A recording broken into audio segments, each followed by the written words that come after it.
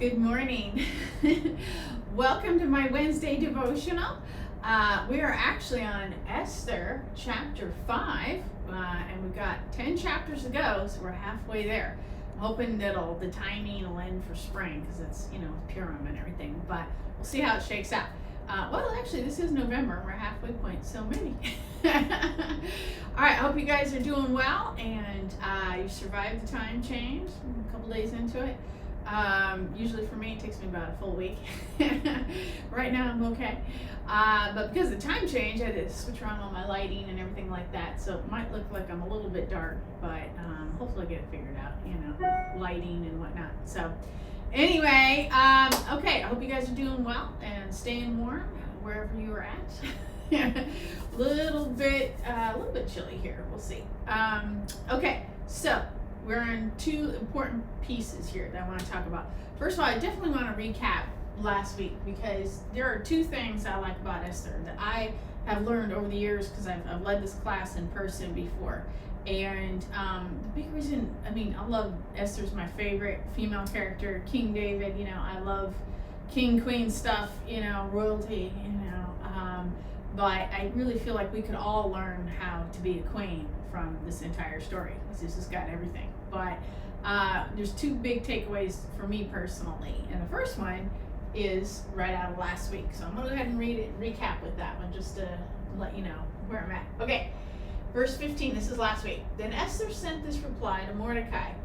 Go and gather together all the Jews of Susa and fast for me. Do not eat or drink for 3 days, night or day.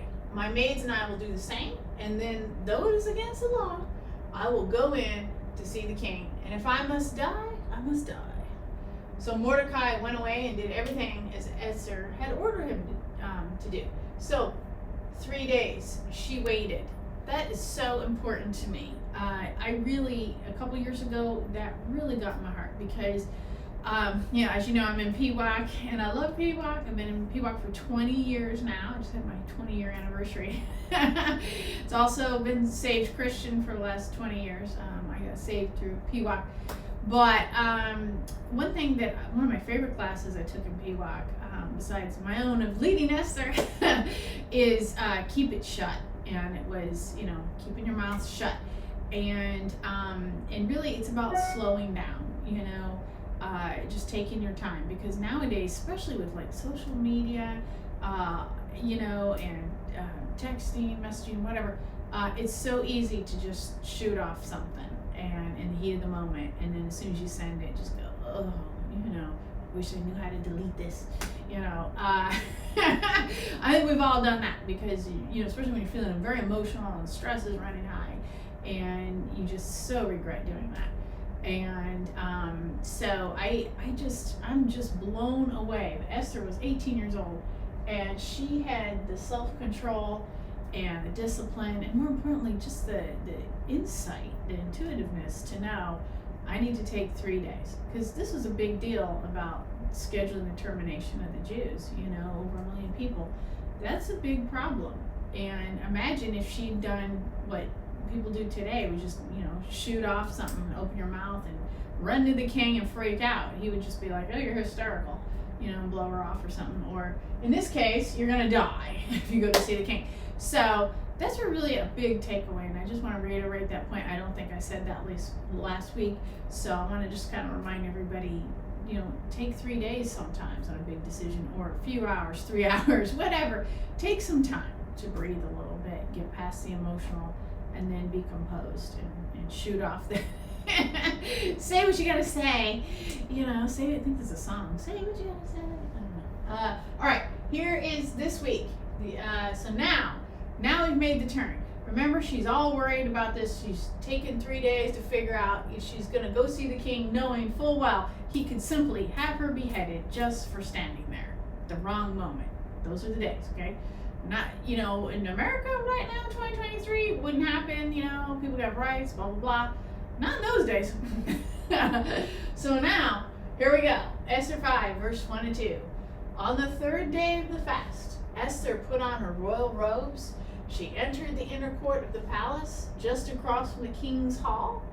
The king was sitting on his royal throne, facing the entrance, okay? So verse 2, when he saw Queen Esther standing there in the inner court, he welcomed her and held out the gold scepter to her. So Esther approached and touched the end of the scepter. All that time, all that worrying, all that, if I'm going to die, all this, oh my gosh, leading up to this grand moment. And he let her in. Thank goodness. Thank goodness he liked her, right? Now remember, he hadn't talked to her in 30 days. So she was just, remember, she was like, but the king hasn't, sent for me in 30 days. Because in those days, they're not texting. He's having to talk to her face to face. And they didn't have phone calls, so, or in my day, it was fax machine. We don't hear about that. So no phone, no fax, no email, no texting, no nothing, right?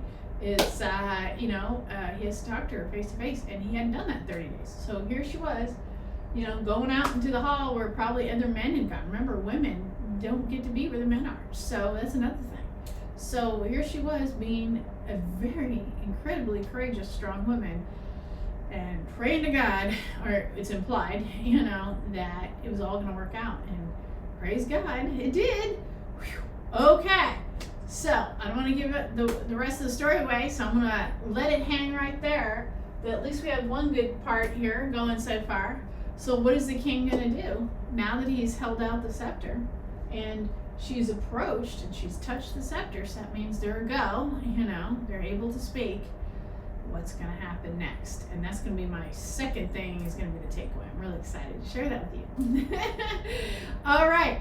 Well, I hope you guys are having a great day today, and you have a blessed day and a blessed week. And I thank you very much for watching. I appreciate all the views. It just makes my day and makes me want to continue, right? I appreciate all the support, and I'm praying for you guys, and I hope you pray for me too. And you pray for everyone in this world right now. There's just a lot going on. So please do so. All right. Thank you very much for watching. We'll see you next time. All right. Bye-bye.